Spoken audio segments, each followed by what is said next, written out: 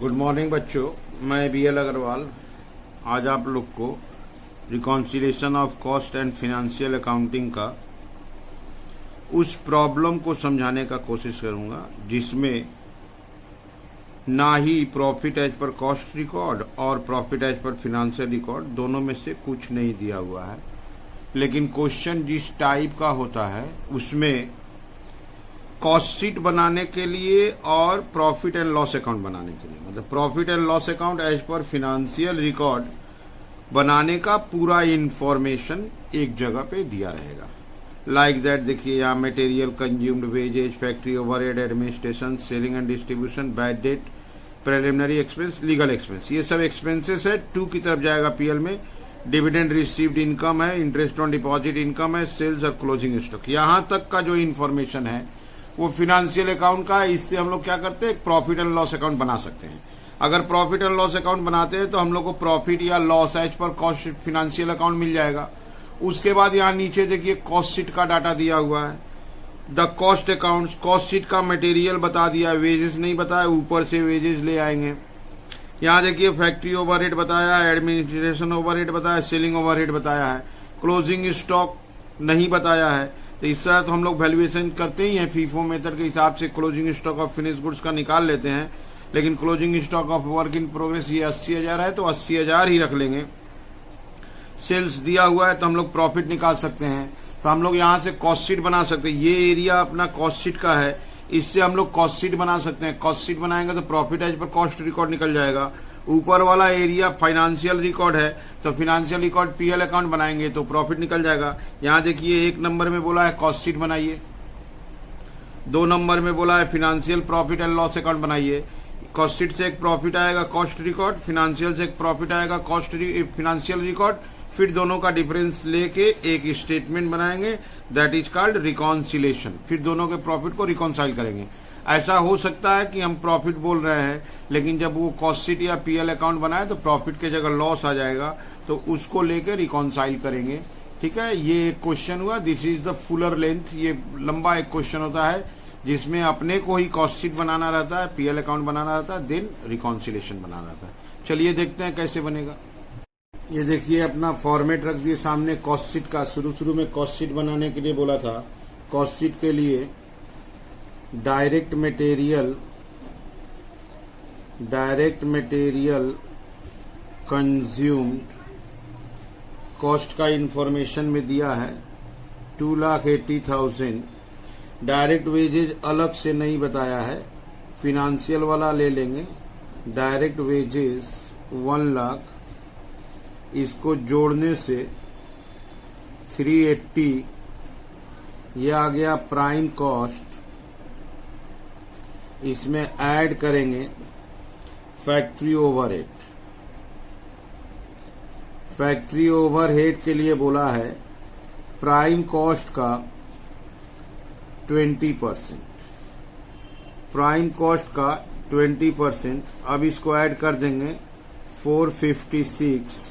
This is our gross work cost. इसको हम लोग ग्रॉस वर्क कॉस्ट बोलेंगे। लेस यहाँ क्लोजिंग स्टॉक ऑफ WIP है, क्लोजिंग वर्क इन प्रोग्रेस है। क्लोजिंग वर्क इन प्रोग्रेस का 80,000 है तो ये इसको वापस ले आएंगे 376,000। This is our work cost. Work cost के बाद हम लोग लाते हैं office and administration overhead. At administration overhead. Administration overhead के लिए बोला हुआ है, एडमिनिस्ट्रेशन ओवरहेड बोला है 3 rupees per unit produced. Unit produced sales और क्लोजिंग जोड़ेंगे तो यूनिट प्रोड्यूस्ड 1,60,000 हो जाएगा और ₹3 बोला है तो 4,80,000 हो गया। इसको जोड़ेंगे 856, ये हो गया cost of production.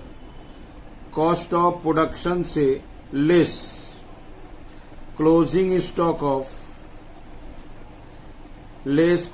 Stock of finish goods करेंगे।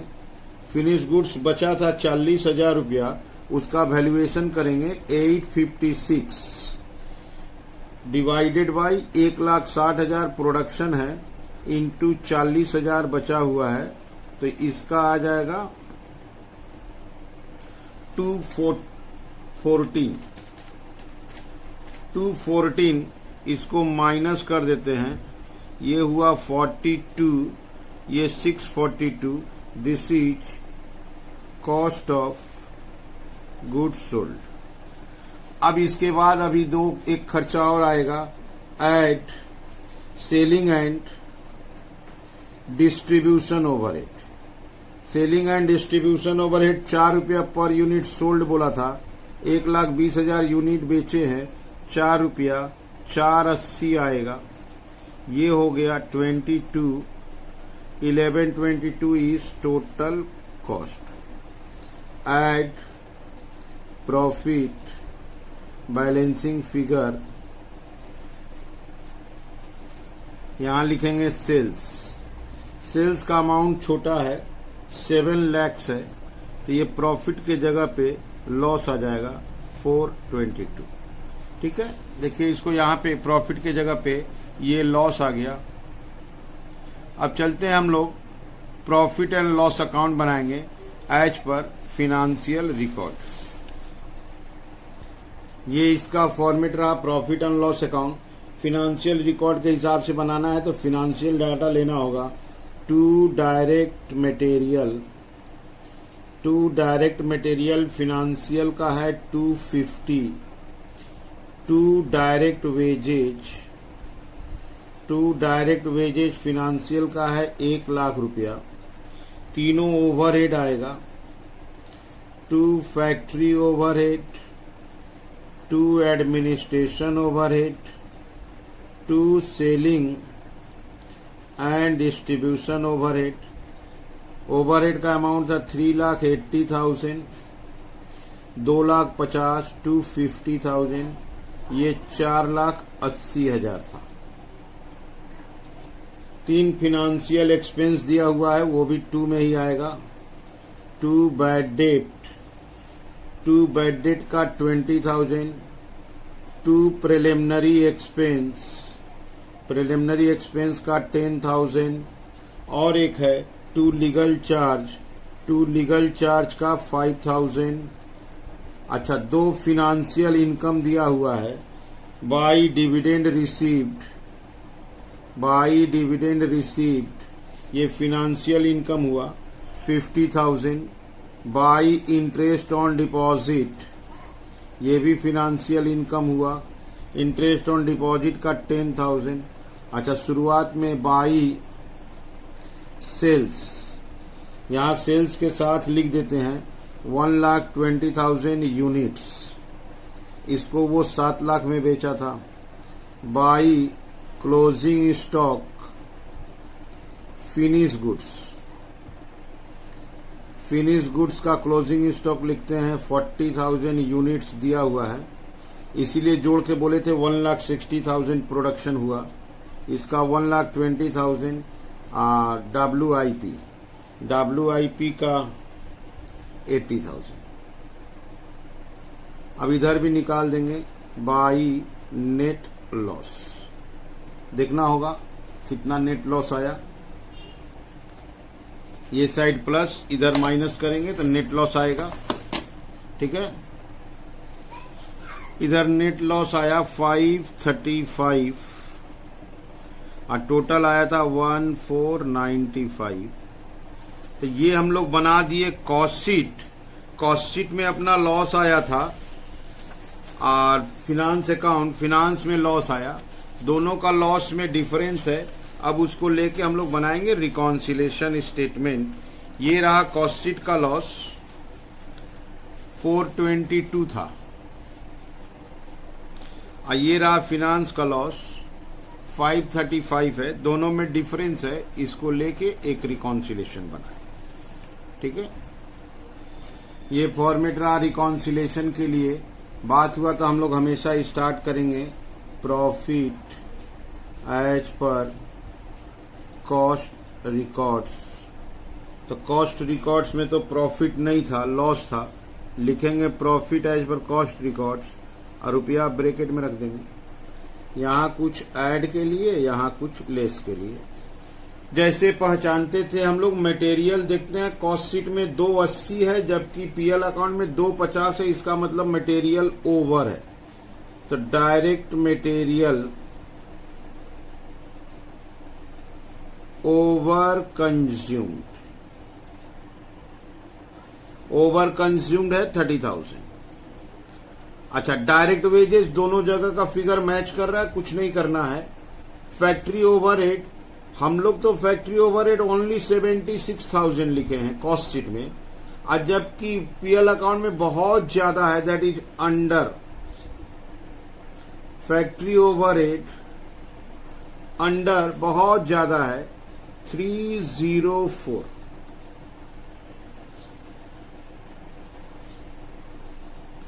इसके अलावा एडमिनिस्ट्रेशन ओवरहेड हम लोग कॉस्ट शीट में लिखे हैं 4,80,000, और जबकि प्रॉफिट एंड लॉस में 250, हम लोग ओवर हैं। ये भी काफी बड़ा अमाउंट है। Administration overhead over 2,30,000। अच्छा, एक ओवरहेड सेलिंग ओवरहेड है, हम लोग कॉस्ट शीट में लिखे हैं सेलिंग ओवरहेड 480, अब पीएल में भी 480 है, तो फिर दोनों मैच कर गया, कुछ नहीं होगा। अच्छा, 3 फिनेंशियल एक्सपेंस देखने को मिला। फिनेंशियल एक्सपेंस लेस होगा, बैड डेट है, प्रिलिमिनरी एक्सपेंस है और लीगल चार्ज है। 3 फिनेंशियल एक्सपेंस देखने को मिला था, 20,000, 10,000, 5,000। अच्छा, 2 फिनेंशियल इनकम देखने को मिला, डिविडेंड रिसीव्ड है, इंटरेस्ट रिसीव्ड है। डिविडेंड रिसीव्ड का 50,000, इंटरेस्ट रिसीव्ड का 10,000। बच गया क्लोजिंग स्टॉक। WIP का क्लोजिंग स्टॉक दोनों जगह पर सेम वैल्यू है, बट फिनिश गुड्स का कॉस्ट शीट में लिखे हैं 2,14,000, और जबकि हमारे पीएल अकाउंट में है 1,20,000। तो इसका मतलब हुआ कॉस्ट शीट में ज्यादा लिखे हैं ओवर, तो क्लोजिंग स्टॉक के केस में उल्टा होता है, closing stock of finish goods over, तो ये ओवर आ गया 94,000। अब हम लोग आंसर करेंगे, प्लस माइनस करेंगे, देखा जाए फिर लॉस मैच करता है कि नहीं। ये प्लस किए 320 आया, इससे इसको माइनस कर दिए 102 आया। अब इसको ले जाएंगे बाहर, 433 आएगा, ये दोनों आपस में प्लस हो जाएगा 535। इसका नाम होगा प्रॉफिट ही लिखते हैं, ब्रैकेट में दिया हुआ figure, profit as per financial account. देखते हैं फिनेंशियल अकाउंट में कितना था, तो ये देखिए फिनेंशियल अकाउंट में 535 था। तो ऐसे करके बनाए। इस सवाल का खासियत था, पहले देखिए ये बड़ा सारा कॉस्ट शीट बनाए, कॉस्ट शीट का डाटा दिया हुआ था, कॉस्ट शीट से प्रॉफिट या लॉस निकाले। फिर फिनेंशियल का पीएल अकाउंट बनाए, profit and loss account, financial का डाटा दिया हुआ था, इससे प्रॉफिट और लॉस निकाले। फिर दोनों को लेके रिकॉन्सिलेशन बनाए। ये एक कंप्लीट प्रॉब्लम हुआ दिस चैप्टर का। ठीक है, एक और सवाल देखते हैं। इस चैप्टर का आखिरी टॉपिक पर आते हैं, जिसमें हम लोग को क्वेश्चन सोल्व नहीं करना है, अपने जो रीजन जानते हैं, जो रिकॉन्सिलेशन बनाते हैं, उसका रीजन में प्योरली फिनेंशियल आइटम, एक्सपेंस और इनकम, या ऐसा आइटम जो कॉस्ट शीट में रिकॉर्ड हुआ है, पीएल अकाउंट में रिकॉर्ड नहीं हुआ, that is called notional expenses. Depreciation का मेथड के चलते रिकॉन्सिलेशन में आना पड़ता है, या अंडर या ओवर वैल्यूएशन ऑफ ओवरहेड होता है। एक रीजन होता है स्टॉक वैल्यूएशन। देखिए यहाँ उसी के ऊपर एक छोटा सा question, in the reconciliation between cost and financial account, one of the area of difference is for different method of stock valuation. जो रिकॉन्सिलेशन का कॉजेज में आता है, उसका एक कारण होता है stock valuation, different methods of stock valuation. तो उसी के ऊपर से एक इंफॉर्मेशन या 4 आइटम दिया हुआ है, उसमें पूछा गया state with reason each of the following circumstances, costing का प्रॉफिट हायर और लोअर देन फिनेंशियल प्रॉफिट। केवल इतना बताना है कि कॉस्टिंग का प्रॉफिट फिनेंशियल प्रॉफिट से हायर है या लोअर है रीजन के साथ। जैसे यहाँ देखिए opening stock raw material cost sheet में 50,000 डाले थे और फिनेंशियल में 60,000 डाला हुआ है। इसका मतलब cost opening stock cost sheet में अंडर वैल्यूड है। अगर अंडर वैल्यूड है, खर्चा कम लिखा गया है, तो प्रॉफिट हायर है। इसी बात को लिखना है, उसी से रिलेटेड ये चार है। चारों के बारे में थोड़ा थोड़ा लिख देंगे, आंसर हो जाएगा। कोई अपने को सवाल नहीं बनाना। चलिए देखते हैं इसको कैसे लिखा जाएगा। एक नंबर अपने लिखते हैं opening stock of raw material. Opening stock of raw material, opening stock of raw material in cost account is rupees 50,000, whereas in financial account is rupees 60,000. It means it is undervalued. As a result of this,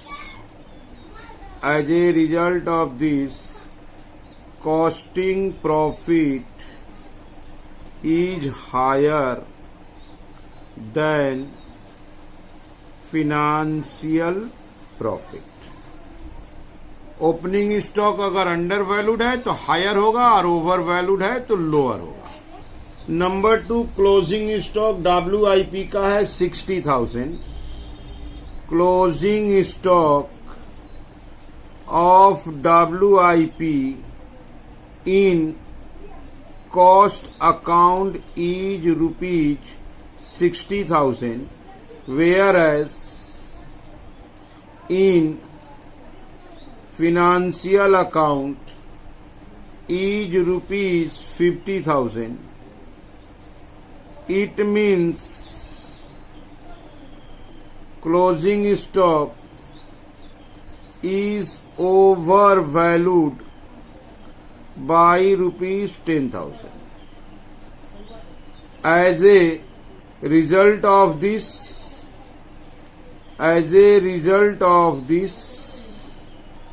costing profit is higher than financial profit. Closing stock का दाम अगर ज्यादा है तो costing का profit ज्यादा होगा in compare to financial profit. 3 number फिर से क्लोजिंग स्टॉक है फिनिश गुड्स का।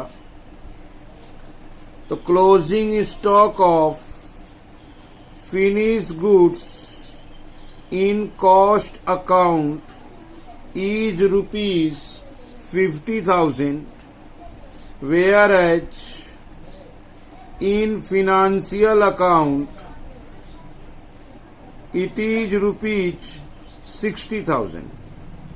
It means closing stock is undervalued by rupees 10,000, कम है। As a result of this,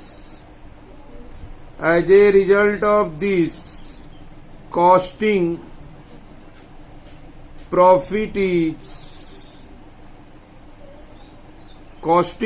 profit is lower than financial profit. और एक है 4 number opening stock of finish goods है। Opening stock of finish goods in cost account is rupees 60,000, whereas in financial account is rupees 50,000. It means opening stock is overvalued. Opening stock ज्यादा है। As a result of this, costing profit is lower than financial profit. क्योंकि ये theoretically था, इसमें just लिखना, इसको simple है। Opening stock ज्यादा लिख दिया गया तो कॉस्टिंग का प्रॉफिट कम है, कम लिख दिया गया तो ज्यादा है। क्लोजिंग स्टॉक ज्यादा लिख दिए तो प्रॉफिट ज्यादा हो गया, कम लिख दिए तो कम हो गया। ये एक अलग टाइप का क्वेश्चन था। आप लोगों को अगर मेरा समझाया हुआ समझ आता है, अच्छा लगता हो कि हाँ ठीक समझ में आ रहा है, तो आप लोग मेरे 3 एकेडमी चैनल को सब्सक्राइब कीजिए। अगर क्वेश्चन का जरूरत हो तो हमको इस नंबर पे व्हाट्सएप कीजिए, हम प्रॉब्लम का पीडीएफ आप लोग को अवेलेबल करा देंगे, जिससे कि आपको वीडियो देख के समझने और बनाने में सुविधा होगा। ठीक है, ओके, थैंक यू।